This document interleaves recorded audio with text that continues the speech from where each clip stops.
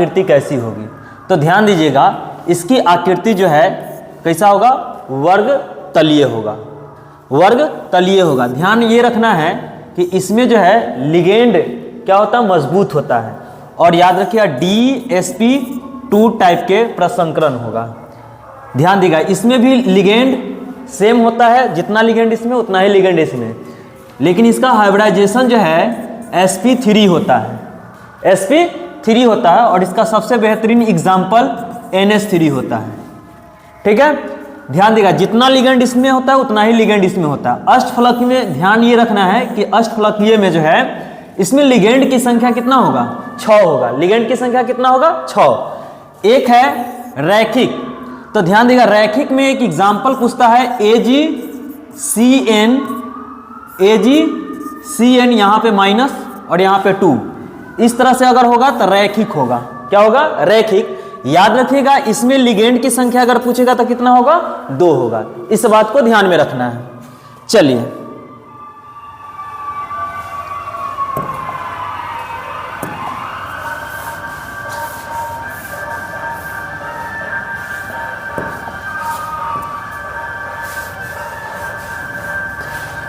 अब यहां पे ध्यान देंगे, जटिल यौगिक। यहां पे IUPAC बहुत पढ़ना है, लेकिन यहां पे जो है जटिल यौगिक CONH3 के होल 6 और यहां पे क्या है Cl3 का IUPAC नाम बताना है। तो ध्यान दीजिएगा, यहां पे Cl पर -1 होता है, लेकिन यहां Cl क्या गो है, 3 गो है। तो ध्यान ये रखना है, यहां पे 6 है तो 6 के लिए हेक्सा का प्रयोग होता है, NH3 मतलब एमीन, और CO है तो कोबाल्ट। यहाँ पे -3 है तो यहाँ पे क्या होगा, +3, मतलब पूरे आयंस पर हो जाएगा +3, यहाँ पे +3 हो जाएगा। तो ये +3 जो है इस कॉलम के रूप में हम लोग लिखते हैं, और Cl है तो क्लोराइड। तो इसका आंसर जो है क्या हो जाएगा, हेक्सा एमीन कोबाल्ट 3 क्लोराइड। ठीक है,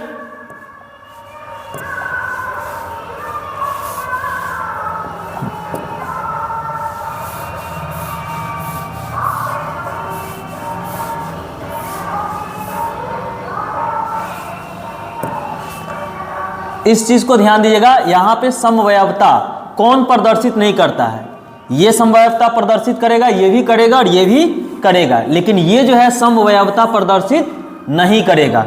ठीक है,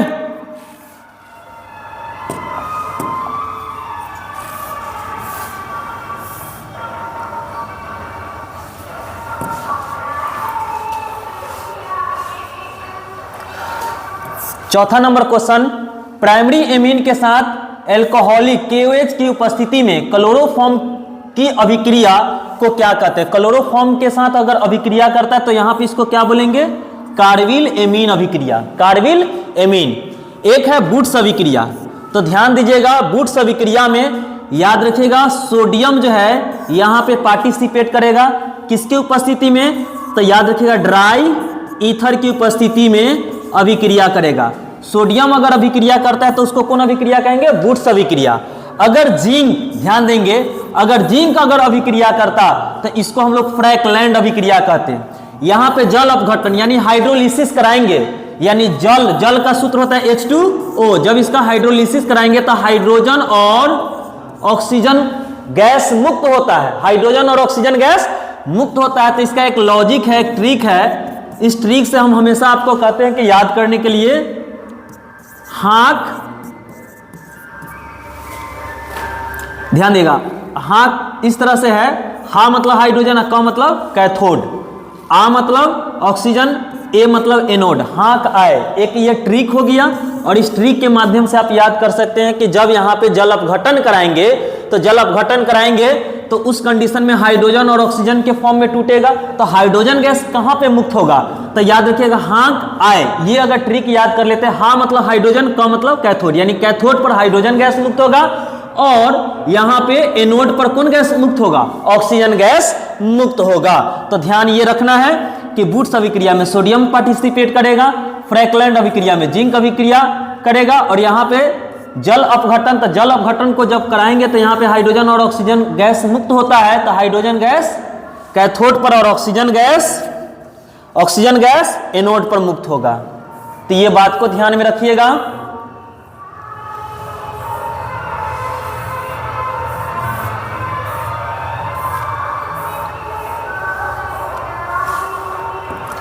यहां पे ध्यान दीजिएगा, निम्नलिखित में कौन कलोरल है? तो ध्यान देगा, कलोरल पूछ रहा है तो CCl3CHO, CCl3CHO हो जाएगा।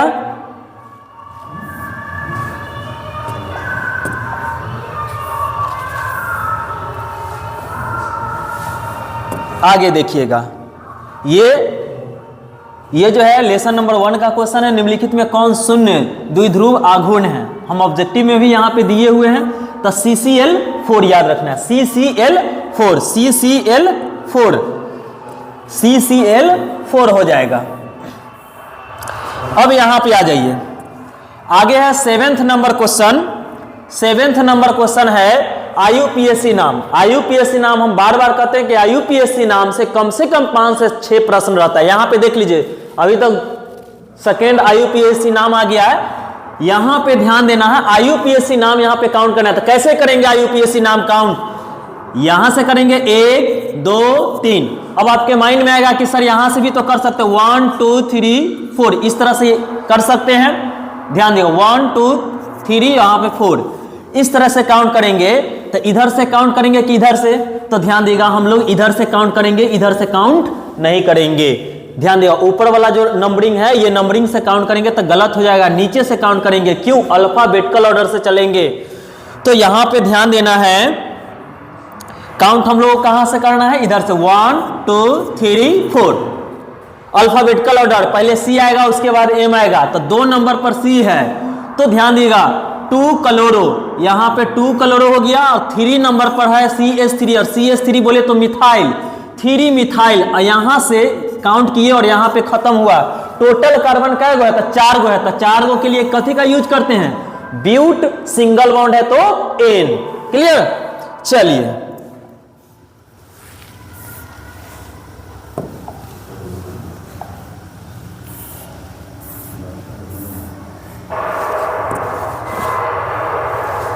अब 8 नंबर क्वेश्चन को देखेंगे। पिंड केंद्रित घनाकार इकाई सेल में परमाणु की संख्या कितना होगा? पिंड केंद्रित, तो सबसे पहले ध्यान देगा, पिंड केंद्रित करा घनाकार में इकाई, पिंड केंद्रित घनाकार इकाई सेल में परमाणु की संख्या पूछ रहा है। तो ध्यान दीजिएगा, परमाणु की संख्या कितना हो जाएगा? 2 होगा। कैसे 2 होगा? तो ध्यान दीजिएगा, सबसे पहले हम लोग यहाँ पे एक फिगर बनाएंगे घनीय रूप में इस तरह से, और आपको मालूम होना चाहिए कि एटम जो है कॉर्नर पे होता है। कहां पे होता है? कॉर्नर पे, और कॉर्नर के अलावा इसके एक सेंटर में होता है। ठीक है, टोटल कॉर्नर कितना है? 8 है। और आपको मालूम होना चाहिए कि कॉर्नर का कंट्रीब्यूशन जो है 1/8 होता है, प्लस सेंटर में एक एटम है और सेंटर का कंट्रीब्यूशन कितना होता है? 1 होता है। तो इसको जब काटेंगे तो 1 + 1 = कितना? तो 2। क्लियर? लेकिन अगर यहां पे ध्यान देगा, पिंड केंद्रित के जगह पर अगर कह देता कि सरल इकाई सेल में बताइए, सरल इकाई सेल में बताइए कि सरल इकाई सेल में परमाणु की संख्या कितना, तो आपको मालूम होना चाहिए कि सरल इकाई सेल सिर्फ और सिर्फ कॉर्नर पर होता है, और कॉर्नर का कंट्रीब्यूशन, कॉर्नर टोटल 8 और कॉर्नर का कंट्रीब्यूशन 1/8। तो इसको जब काट देंगे तो 1 बार में इसका आंसर, अगर सरल पूछता तो इसका आंसर क्या हो जाता? 1 हो जाता। लेकिन अगर यहीं पे ध्यान दिएगा, यहीं पे क्वेश्चन अगर कह देता कि फलक केंद्रित, ध्यान दिएगा, फलक केंद्रित इकाई सेल में परमाणु की संख्या अगर कहता, तो ध्यान दीजिएगा, फलक केंद्रित में एटम जो है कॉर्नर के अलावा इसके सतह पर होता है। कॉर्नर के अलावा कहां पे होता है? सतह पर। तो ध्यान ये रखना है कि कॉर्नर टोटल 8, 1/8, और उसके बाद सतह यानी फेस, और फेस टोटल कितना होता है? कोई भी क्यूब है, उस क्यूब में फेस की टोटल संख्या 6 होता है, और आपको मालूम होना चाहिए कि फेस का कंट्रीब्यूशन 1/2 होता है। इसको काट देंगे, यहां पे 1 बार में 1 + 3 = कितना हो जाएगा? 4। अगर यहां पे ध्यान दीजिएगा, फलक केंद्रित इकाई सेल में परमाणु की संख्या अगर पूछता तो कितना हो जाता? 4 हो जाता। कितना हो जाता? 4 हो जाता। उसी तरह से ध्यान देगा, एक होता है अंतः केंद्रित इकाई सेल। अंतः केंद्रित इकाई सेल, ध्यान दीजिएगा अंतः केंद्रित इकाई सेल में भी अगर परमाणु की संख्या पूछता तो कितना हो जाता, 2 हो जाता। क्लियर, आगे आ जाइए।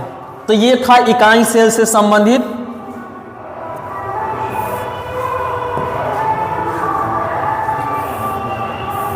आगे अगर मान लीजिए कि समन्वय संख्या अगर पूछता तो ध्यान ये रख लेना है, मोटा मोटी ध्यान ये रख लेना है कि समन्वय संख्या तो सिंपल में तो 6, सिंपल में 6 हो जाएगा, ठीक है। बॉडी वाला में अगर पूछता, बॉडी वाला में समन्वय संख्या कोऑर्डिनेशन नंबर तो 8 हो जाता, और फेस में पूछेगा तो कितना, 12। ये बात को ध्यान में रखना है। और ध्यान दीजिएगा खास तौर पर पैकिंग एफिशिएंसी अगर पूछता तो 74% इसका होता है, सिंपल के तो 52% होता है, और बॉडी के कितना प्रतिशत, 68% होता है, ठीक है। ये बात को ध्यान में रखना है। आगे आ जाइए। हाँ, आगे ये क्वेश्चन देख लीजिए। जब हम आपको लेसन नंबर 1 पढ़ाए होंगे तो यहाँ पे ध्यान दिया, निम्नलिखित में कौन रवादार ठोस नहीं है, नहीं लगेले है। बहुत सारा बच्चा जो है नहीं ना पढ़ के और यहाँ पे ये समय मार दिया है, जो कि पूरी तरह से कथी है, गलत है। ध्यान दीजिएगा, इसका आंसर क्या होगा, इसका आंसर क्या होगा, तो इसका आंसर गलास हो जाएगा। ध्यान दिएगा, गलास कांच इसी को कहते हैं। ध्यान दिएगा, नहीं पूछ रहा है, यानी बेरवेदार कौन होगा, तब बेरवेदार गलास होगा, गलास होगा। ये जो भी है यहाँ पे KCl और CaCl ये जितने भी हैं सभी के सभी क्रिस्टलीय जालक का एग्जाम्पल है, क्रिस्टलीय जालक का क्या है, एग्जाम्पल है। ध्यान दीजिएगा, इससे संबंधित अगर पूछेगा कि किसकी संरचना है तो याद रखिए FCC संरचना को प्रदर्शित करता है। आगे क्वेश्चन पूछेगा KCl, K को कितने Cl जो है चारों तरफ से जुड़े होते हैं, तो ध्यान दीजिएगा K अब Cl, तो K पर प्लस और Cl पर माइनस, तो ध्यान दीजिएगा K को 6 तरफ से Cl जो मतलब एक दूसरा से कनेक्ट करता है, और Cl को ठीक है, K जो है 6 तरफ से क्या करता है, इसको जोड़ने का काम करता है। और इसकी संरचना अगर पूछेगा तो कितना हो जाएगा, इसकी संरचना FCC। अगर यहाँ पे CaCl की संरचना अगर पूछता तो BCC संरचना को ये क्या करता है, प्रदर्शित करने का काम करता है। ये बात को ध्यान में रखना है। अब आगे हम लोग चलते हैं, तो इसका आंसर क्या हो जाएगा, C आंसर हो जाएगा।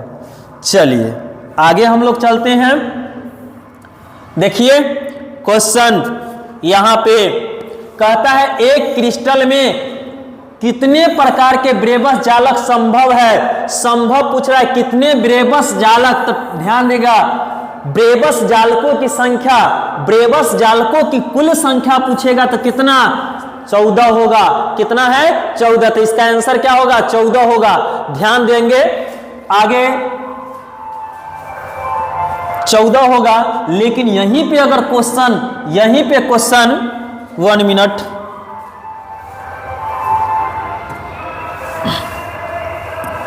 यहीं पे अगर क्वेश्चन अगर पूछ देता कि यहां पे एक क्रिस्टल में कितने प्रकार के ब्रेबस जालक संभव है, तो 14 हो गया। लेकिन अगर यहां पे क्वेश्चन पूछ देता कि घनाकार में कितने ब्रेबस जालक होते हैं, तो घनाकार इकाई सेल में ब्रेबस जालकों की संख्या कितना होगा, 3 होगा। ध्यान ये रखना है, 3 होगा। हम बार बार इस चीज को बताते हैं, घनाकार अगर पूछेगा तो 3, ऐसे सिंपल पूछेगा क्रिस्टल में कुल कितने ब्रेबस जालक संभव है, तो 14। अगर यहाँ पे पूछ देता कि बताइए क्रिस्टल तंत्र टोटल कितना होता है, तो टोटल क्रिस्टल तंत्र कितना होता है, 7 होता है। इसका ट्रिक भी हम बार बार आपको क्लास आवर में बताते हैं, CTOMTHR,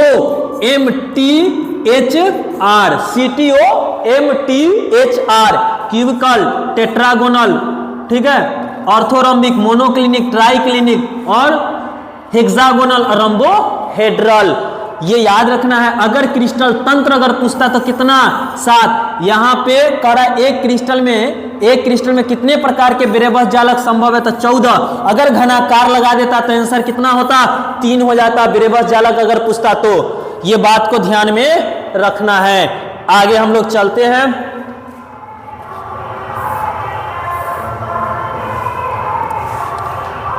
चलिए अब ध्यान दिएगा, अभी हम जस्ट बताए एक्सप्लेनेशन जब किए थे उस समय हम बताए थे पिंड केंद्रित यानी बीसीसी घनाकार इकाई सेल में यहाँ पे प्रतिशत क्या चीज का पूछ रहा है, रिक्तियां के यानी वॉइड पैकिंग एफिशिएंसी होता है, एक पैकिंग वॉइड होता है। तो ध्यान दिएगा इसका आंसर हो जाएगा, हाँ इसका आंसर हो जाएगा 32%। कितना प्रतिशत? 32%। अब ध्यान दिएगा, हम बार बार आपको बताते हैं एफसीसी कि पैकिंग एफिशिएंसी अगर पूछेगा, पैकिंग एफिशिएंसी पूछेगा तो कितना? 74%।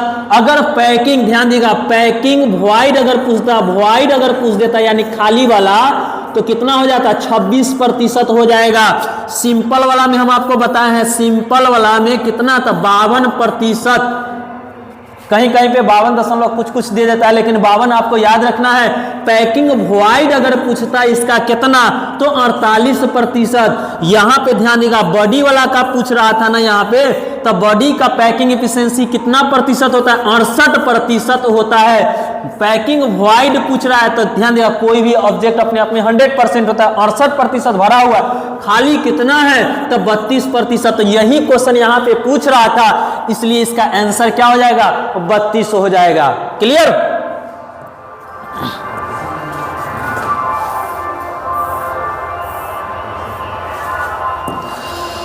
चलिए अब ध्यान दीजिएगा आगे, कहता वैद्युत अपघटन में ऑक्सीकरण होता है। तो ध्यान दीजिएगा, हम आपको एगो ट्रिक बतैले हैं, वह ट्रिक पर ये अगर आराम से बैठ जाएगा, फिट हो जाएगा। कौन वाला ट्रिक याद है? LOAN याद होना चाहिए। लेफ्ट साइड होगा ऑक्सीडेशन होगा, कथी पर? एनोड पर, और इस पर टर्मिनल नेगेटिव होगा। और LON अगर याद कर लेते हैं तो ये से आप क्वेश्चन पकड़ सकते हैं, और लगभग 3 क्वेश्चन इधर से तो 3 क्वेश्चन उधर से बन जाएगा। यहां पे कह रहा है कथी कि विद्युत अपघटन में ऑक्सीकरण, तो यहां पे ए की चर्चा यानी एनोड, वो मतलब ऑक्सीडेशन। इसका आंसर क्या हो जाएगा? एनोड हो जाएगा। क्या हो जाएगा? एनोड हो जाएगा। बहुत चलिए, तो लोन पर आप याद कर लीजिएगा, लोन पर कंटिन्यू ये ट्रिक हम आपको बताए होंगे। चलिए आगे देखेंगे, कहता है 32 ग्राम ऑक्सीजन को मुक्त करने के लिए विद्युत की कितनी मात्रा की आवश्यकता होती है? तो ध्यान दीजिएगा इसका आंसर कितना हो जाएगा?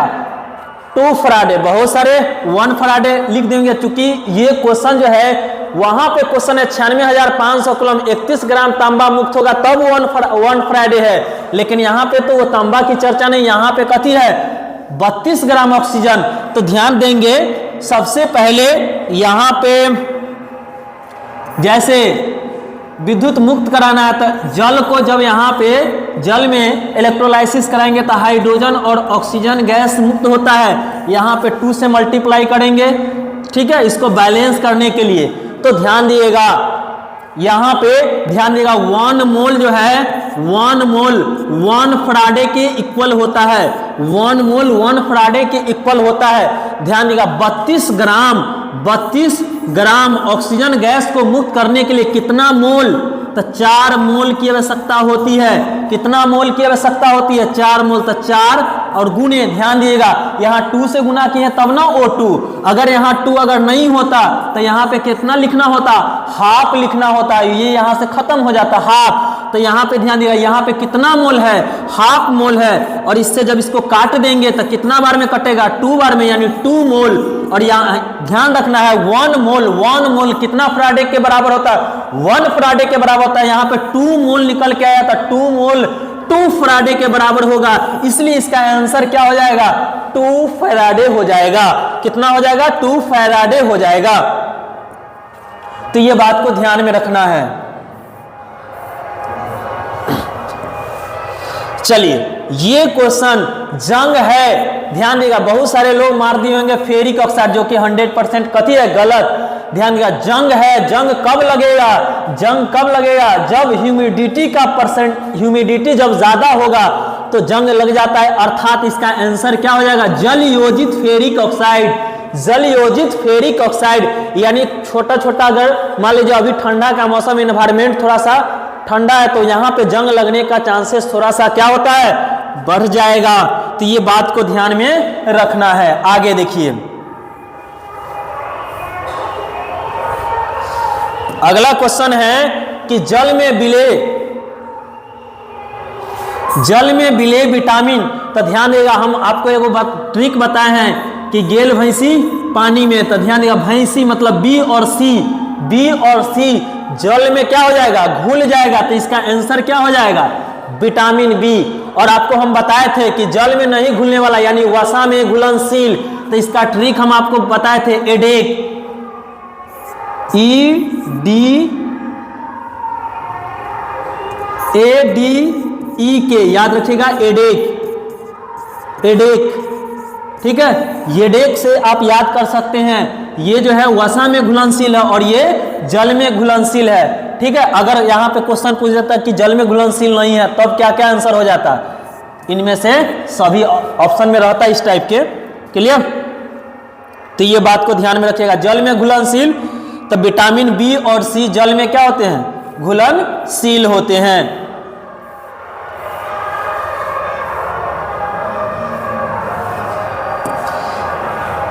यहां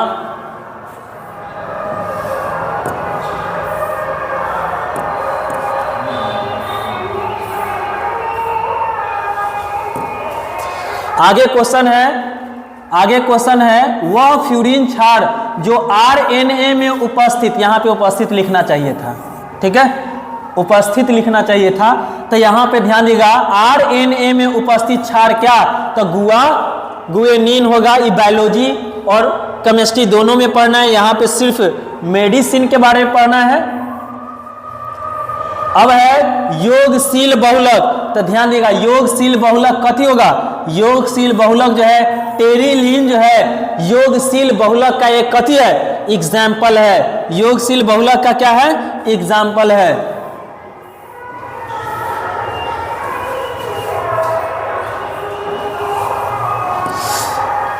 ध्यान देगा, यहां पे कह रहा है कि थर्मोसेटिंग प्लास्टिक, तो थर्मोसेटिंग प्लास्टिक यहां पे याद रखिएगा, थर्मोसेटिंग प्लास्टिक जो है बैके लाइट हो जाएगा।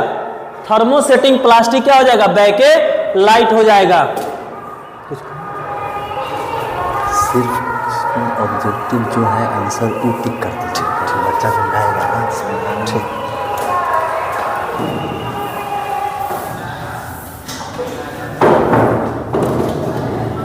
वह दवा, ध्यान देगा, वह दवा जो बुखार को कम करता है, तो बुखार को कम करेगा कौन, एंटीपायरेटिक, एंटीपायरेटिक, ये बात को ध्यान में रखना है, एंटीपायरेटिक।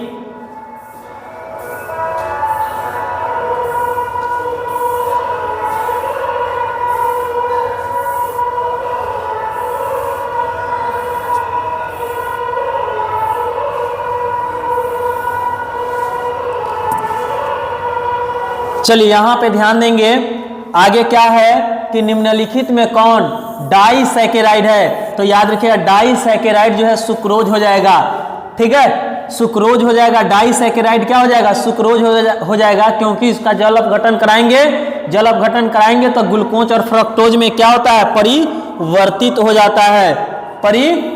हो जाता है। अब आगे देखेंगे, कह रहा है कि पामीटिक अम्ल के क्षारीय लवण को, पामीटिक अम्ल के क्षारीय लवण को क्या कहते हैं, साबुन कहते हैं। क्या कहते हैं, साबुन कहते हैं। तो ये बात को ध्यान में रखना है। आगे है कि कौन सा ऑक्साइड अणुचुंबकीय होते हैं, कौन सा ऑक्साइड अणुचुंबकीय होते हैं, तो ध्यान ये रखना है कि अणुचुंबकीय कह रहा है, तो ClO2 ये जितने भी हैं सभी के सभी कौन है, प्रतिचुंबकीय। आगे ध्यान देंगे, यहां पे है कि निम्नलिखित में कौन आयन प्रतिचुंबकीय है, तो प्रतिचुंबकीय एस्केंडियम हो जाएगा। प्रतिचुंबकीय क्या हो जाएगा, एस्केंडियम हो जाएगा। ध्यान देगा, हम आपको बार बार कहते हैं कि एक डायामैग्नेटिक होता है और एगो पारामैग्नेटिक होता है। तो पारामैग्नेटिक में याद रखिए, पारामैग्नेटिक में अनपेयर इलेक्ट्रॉन होता है और डायामैग्नेटिक में पेयर इलेक्ट्रॉन होता है, ठीक है, पेयर इलेक्ट्रॉन होता है। डायामैग्नेटिक में कौन इलेक्ट्रॉन, पेयर इलेक्ट्रॉन। तो ये बात को ध्यान में रखना है, एस्केंडियम इसका आंसर हो जाएगा। आगे है ध्यान देंगे, ये क्वेश्चन है कॉपर, कॉपर का इलेक्ट्रॉनिक विन्यास। तो आपको मालूम होना चाहिए कि कॉपर और क्रोमियम, कॉपर क्रोमियम, ठीक है, और एजी टंगस्टन मोलिब्डेनम, ठीक है, ये जितने भी हैं सभी के इलेक्ट्रॉनिक विन्यास जो है एक्सेप्शनल में आता है। क्रोमियम, कॉपर, ये जितने भी है सभी का इलेक्ट्रॉनिक विन्यास एक्सेप्शन में आता है। तो यहाँ पे कॉपर का पूछ रहा है तो ध्यान दीजिएगा, कॉपर के पूछ रहा है तो यहाँ पे 3D जब आप लास्ट में कैलकुलेशन करेंगे 3D9 और 4s2 आता था, लेकिन यहां से एक इलेक्ट्रॉन खुद के इसमें आ जाएगा, इसलिए इसका आंसर क्या हो जाएगा, बी हो जाएगा।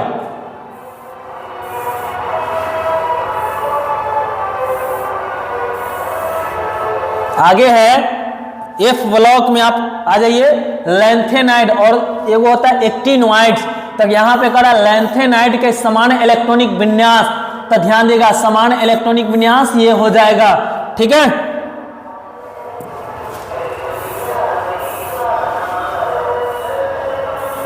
आगे है निम्नलिखित में कौन रंगीन यौगिक हो सकता है, तो रंगीन यौगिक CuF2 हो जाएगा। आगे ध्यान दीजिएगा, यहां पे क्वेश्चन क्या करा है कि K4FeCN के होल 6 में लोहा की ऑक्सीकरण संख्या किसका करा, लोहा के। तो ध्यान देना है यहां पे पोटेशियम का +1 होता है और पोटेशियम के कितने मॉलिक्यूल्स है, 4 मॉलिक्यूल्स है। निकालना Fe के, जिसका निकालना है उसको हम लोग X मानते हैं, और Cn का होता है -1, Cn का होता है -1, और Cn के टोटल मॉलिक्यूल्स कितना है 6 = क्या हो जाएगा, 0 हो जाएगा। तो ध्यान देगा 4 + x - 6 = 0 हो जाएगा। तो x बराबर क्या हो जाएगा, तो ध्यान देगा यहाँ पे जब घटाएंगे तो -2 और उधर जाएगा तो +2। तो जिस ऑप्शन में +2 होगा वो आंसर, यानी answer number option number A हो जाएगा। ऑप्शन नंबर क्या हो जाएगा, ए हो जाएगा। तो ये बात को ध्यान में रखना है। आगे कहता है कि जटिल आयन में ये जो कंपाउंड आप देख रहे हैं जटिल यौगिक, इस जटिल यौगिक में CO की प्रभावी परमाणु संख्या कितना है, तो ध्यान ये रखना है 36। कितना होगा, 36 होगा।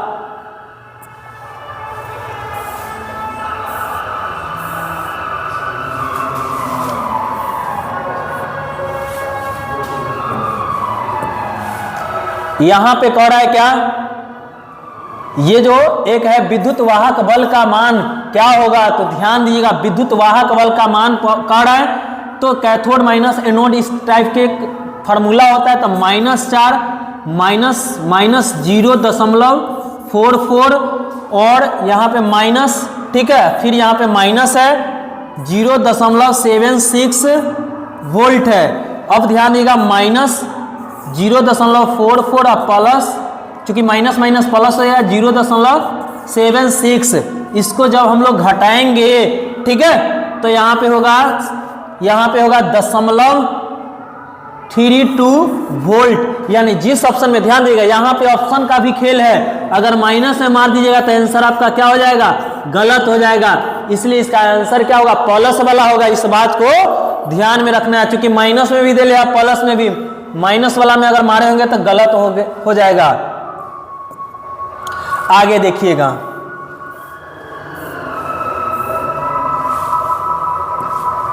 यहां पे विशिष्ट चालकत्व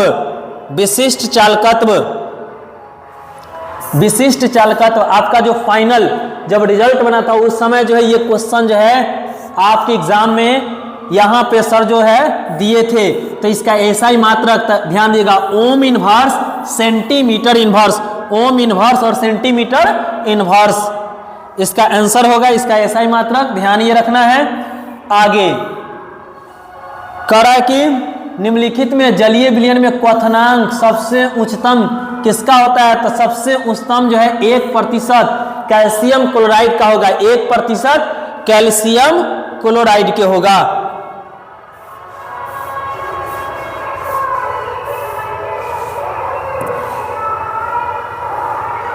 ताप दाब सांद्रण, ध्यान देगा प्रासरणी दाब और हिमांक क्वथनांक उन्नयन और हिमांक अवनमन, ये सभी के सभी अनुसंख्यक गुणधर्म है, लेकिन वाष्प दाब अनुसंख्यक गुणधर्म नहीं है, इसलिए इसका आंसर क्या हो जाएगा, वाष्प दाब हो जाएगा, वाष्प दाब हो जाएगा।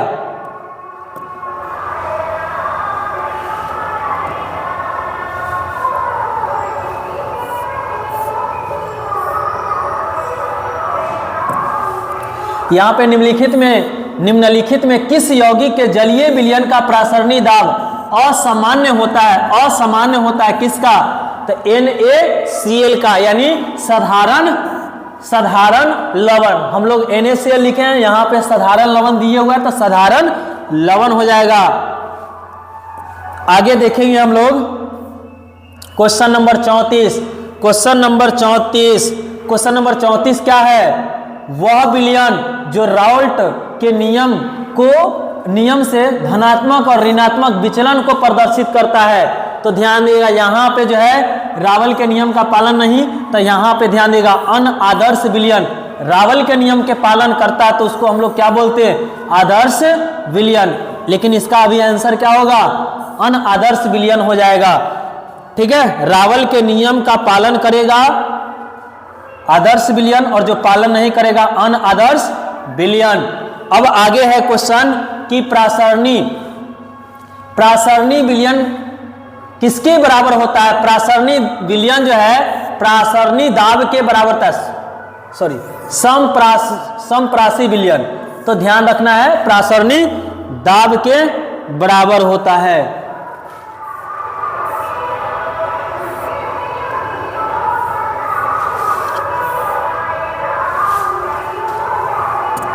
अगला क्वेश्चन है कि किस प्रथम कोटि के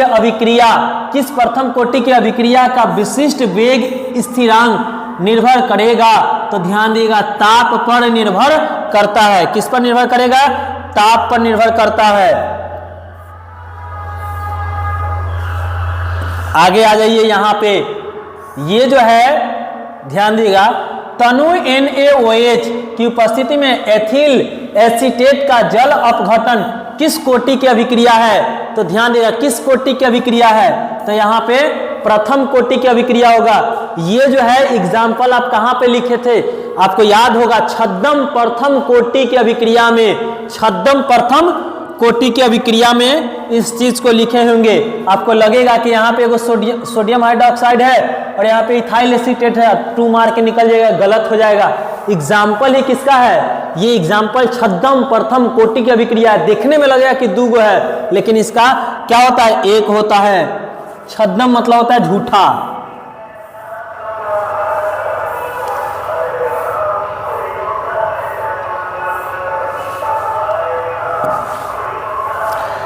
अब ध्यान दिया, अधिकांश अभिक्रिया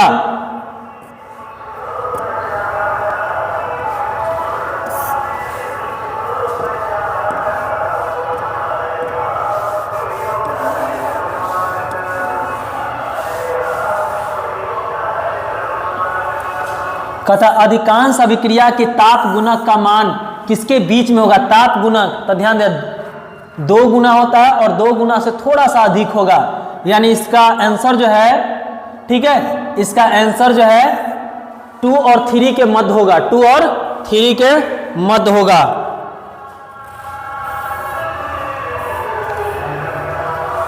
चलिए आगे ध्यान देंगे। आगे क्वेश्चन क्या कर रहा है कि किसी रासायनिक अभिक्रिया के वेग का व्यंजक वेग यहां पे दिए हुआ है, ठीक है, अभिक्रिया की कोटि क्या होगा, तो ध्यान देगा बहुत सारे बच्चे देखेंगे यहाँ n है, n मार के निकल जाएंगे। ध्यान ये रखना है कि यहाँ पे 1 छुपा हुआ, चूंकि 1 तो लिखाता नहीं है, तो ध्यान देगा जब ऑर्डर हम लोग को निकालना होता तो ऑर्डर में हमेशा घातांक को लिखते हैं। तो यहाँ पे n है और एक क्या है, 1 है, यानी n+1 या 1+n, जिस ऑप्शन में होगा वो आंसर होगा। तो यहाँ पे ऑप्शन नंबर सी हो जाएगा। ऑप्शन नंबर क्या हो जाएगा, सी हो जाएगा।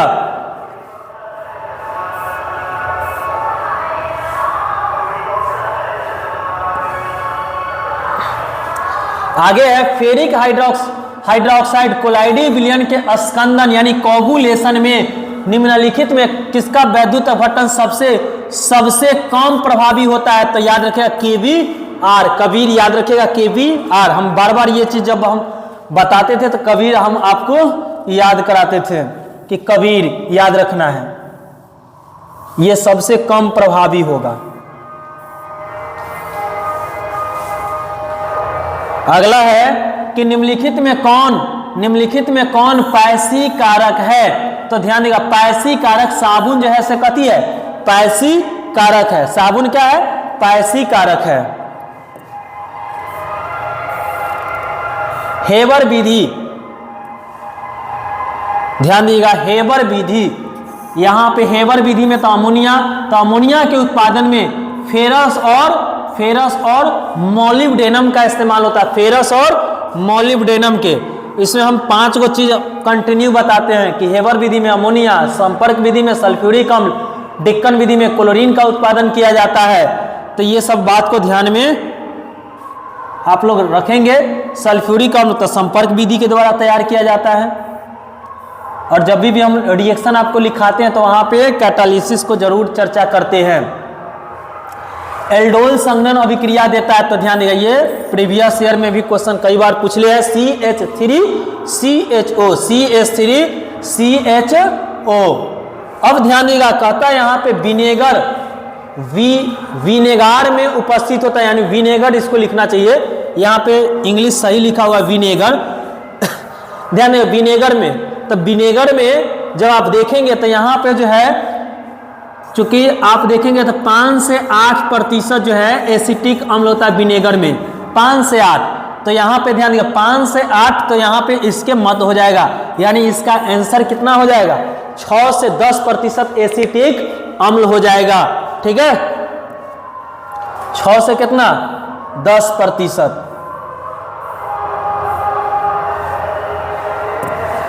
अब यहां पे हम लोग आ जाते हैं इसका IUPAC नाम। हम बार बार कहते हैं IUPAC नाम आपके एग्जाम में कम से कम 5 मार्क्स के होता है। यहां पे IUPAC नाम पूछ रहा है, तो यहां पे कार्बन टोटल यहां पे 2 है और इधर पे हम लोग काउंट कर लेते हैं 1 और 2।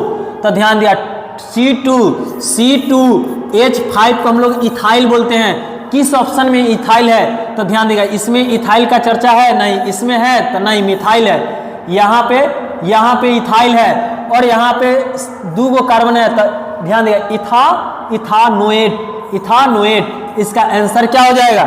बी हो जाएगा।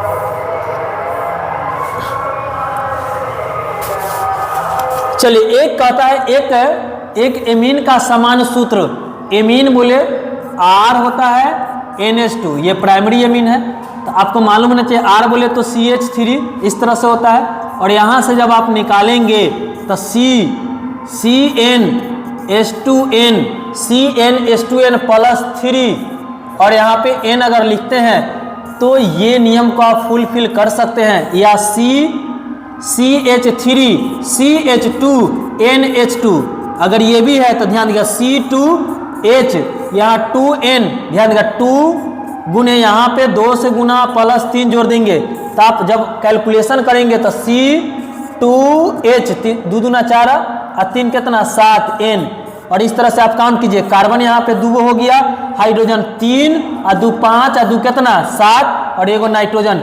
इसलिए इसका आंसर जो है से आपका क्या हो जाएगा? इसका आंसर जो है से CnH2n+3n हो जाएगा। ये बात को ध्यान में रखना है।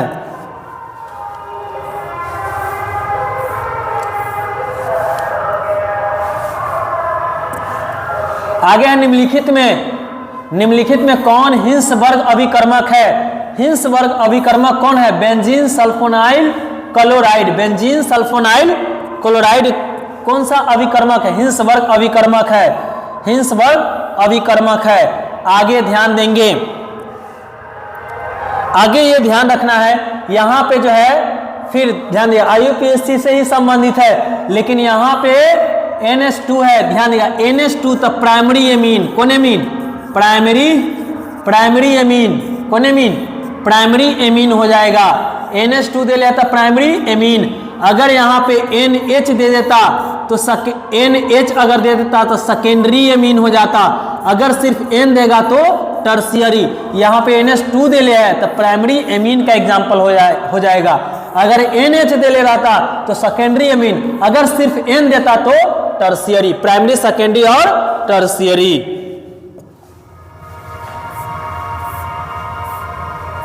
वसा एवं तेल का स्रोत, वसा और तेल यानी फैट और ऑयल, ये जो है इनमें से क्या हो जाएगा, सब में मिलेगा। लेकिन इसका मुख्य स्रोत क्या होगा, दूध से ही सब प्राप्त होता है, पनीर हो गया चाहे मक्खन हो गया, लेकिन इसका आंसर क्या होगा, इनमें से सभी हो जाएगा, इनमें से सभी हो जाएगा। तो ये बात को ध्यान में रखना है।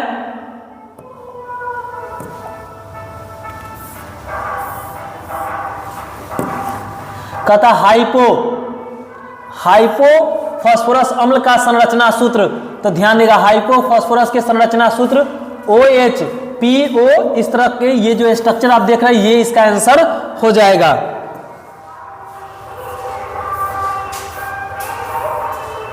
अमोनिया को सुखाया जाता है, तो अमोनिया को कहां पे सुखाया जाता है, कैल्शियम ऑक्साइड द्वारा। कौन ऑक्साइड द्वारा, कैल्शियम ऑक्साइड द्वारा अमोनिया को सुखाया जाता है। अब ध्यान दिएगा यहाँ पे, करा निम्नलिखित में सबसे प्रबल क्षार, प्रबल बोल ले या सबल बोल ले, बात वही है, प्रबल क्षार। तो ध्यान देगा NH3, याद रखिएगा, नाना पाटेकर ऐसे सब बिगड़ जाएंगे, ये ट्रिक है और इसके ऊपर इसको बैठाना है और यहाँ पे याद रखना है कि इसका जो है क्या हो जाएगा, NH3 हो जाएगा।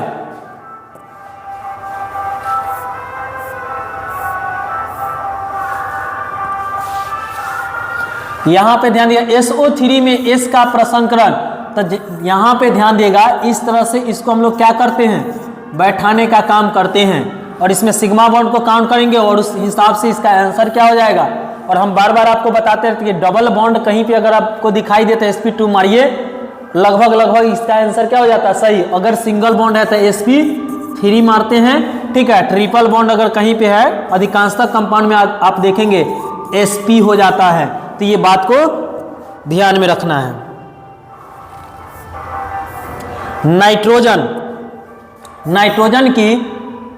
नाइट्रोजन की उच्चतम सहसंयोजकता कितना होगा, तो 4 हो जाएगा।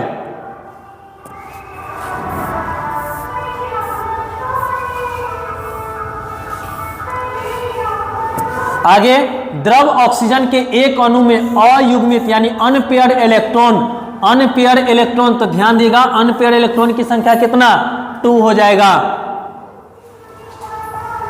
और याद रखिएगा ऑक्सीजन है, ऑक्सीजन याद रखिएगा अणुचुंबकीय होता है, ऑक्सीजन अणुचुंबकीय होता है। यहां पे ध्यान देगा वायुमंडल में सबसे प्रचुर मात्रा में कौन सा उत्कृष्ट गैस पाया जाता है, तो इसका आंसर हो जाएगा आर्गन।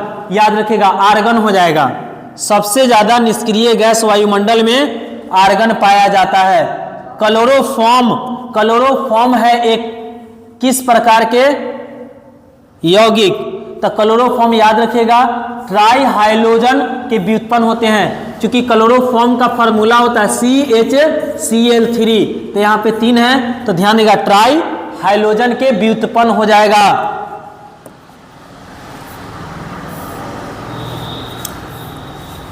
ये ध्यान दीजिएगा एल्कोहल का समान सूत्र, तो ध्यान देगा एल्कोहल जिसके अंत में OH लगल है, तो सब में OH लगल है, इसलिए इसका आंसर क्या हो जाएगा, इनमें से सभी। तो ध्यान देगा ये प्राइमरी एल्कोहल हो जाएगा, सेकेंडरी एल्कोहल और ये टर्शियरी एल्कोहल।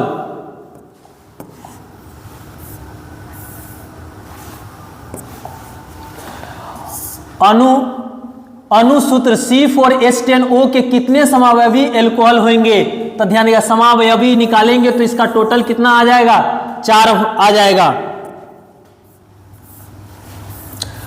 आगे है अम्लीय K2Cr2O7 के द्वारा ऑक्सीकरण में मेथिल एल्कोहल देता है। ध्यान है मेथिल एल्कोहल है, तो मेथिल एल्कोहल का जब ऑक्सीकरण कराइएगा किसके उपस्थिति में, अम्लीय K2Cr2O7 की उपस्थिति में, तो एसिटिक एसिड देता है, एसिटिक एसिड CH3COOH।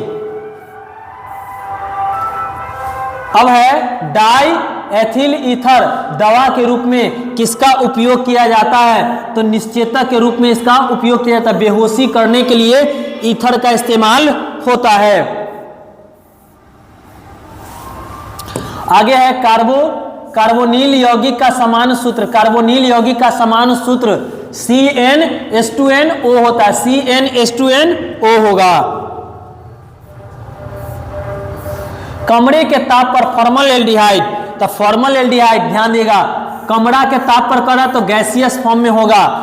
ठीक है, ऐसे सिंपली अगर पूछता है तो ये लिक्विड फॉर्म में होगा। आगे है निम्नलिखित में अधिशोषण बहुआण्विक स्तर, तो ध्यान देगा बहुआण्विक स्तर भौतिक अधिशोषण करेगा और एक आणविक रासायनिक अधिशोषण। अयस्क में उपस्थित अशुद्धि को क्या कहते हैं? तो गैंग कहते हैं। अयस्क में उपस्थित अशुद्धि को गैंग कहते हैं।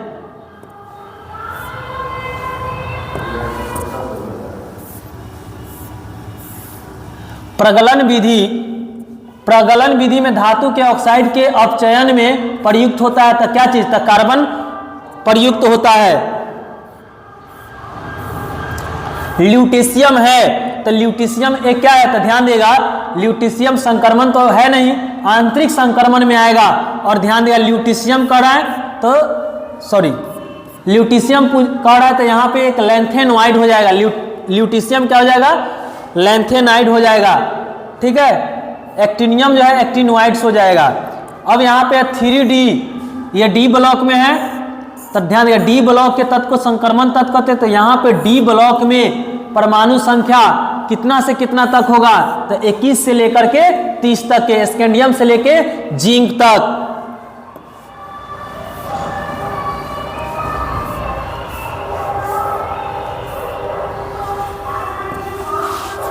और निम्नलिखित समीकरण द्वारा धातु के शुद्धिकरण की विधि को क्या कहा जाता है? तो ध्यान देगा यहाँ पे टाइटेनियम है और यहाँ पे इस तरह के कंपाउंड बन रहा है। यहाँ पे एक चीज छूटा हुआ है, यहाँ पे इसको गैस देना चाहिए था।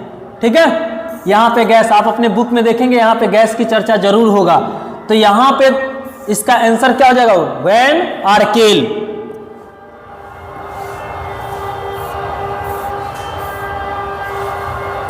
आगे है धातु निम्नलिखित में कौन धातु विद्युत अपघटन से प्राप्त नहीं होता है? विद्युत अपघटन से प्राप्त नहीं होगा कौन? तो लोहा जो है विद्युत अपघटन से प्राप्त नहीं होता है। तो ये टोटल आपके पास क्वेश्चन था। और ध्यान देंगे अभी हम लोग चूंकि क्लास 12 के बच्चे को अभी ये सॉलिड स्टेट चैप्टर अभी कंप्लीट होने वाला है और लगभग यहाँ पे हम लोगों ने देखा कि सॉलिड स्टेट से, हम बार बार आपको कहते हैं कि सॉलिड स्टेट से 4 ऑब्जेक्टिव क्वेश्चन पूछता है और 2 सब्जेक्टिव, यानी टोटल कितना 4 और 4 8 नंबर के। तो इस बार के एग्जाम में जो है सब्जेक्टिव एक भी क्वेश्चन नहीं पूछा है। तो टोटल जो है क्वेश्चन 6 से लेकर के 8 के मध्य आप देखेंगे, यहाँ पे 6 से लेकर 8 के मध्य में क्वेश्चन यहाँ पे सिर्फ सॉलिड स्टेट से ऑब्जेक्टिव क्वेश्चन था। तो बार बार हम कहते हैं, बाकी आप लोग देखेंगे मेरा जो भी PDF है वो दीप विहार चैनल पर जो है डलाएगा, ऑब्जेक्टिव हो या सब्जेक्टिव हो, सारा के सारा क्वेश्चन यहाँ पे डालेंगे। और आप यहाँ से देख सकते हैं कि कितने क्वेश्चन जो है यहाँ से सिर्फ सॉलिड स्टेट के हम अभी बात कर रहे हैं, कितना क्वेश्चन यहाँ से पूछा गया है। बस इतना ही रहने देते हैं, फिर मिलेंगे नेक्स्ट वीडियो में। तब तक के लिए धन्यवाद।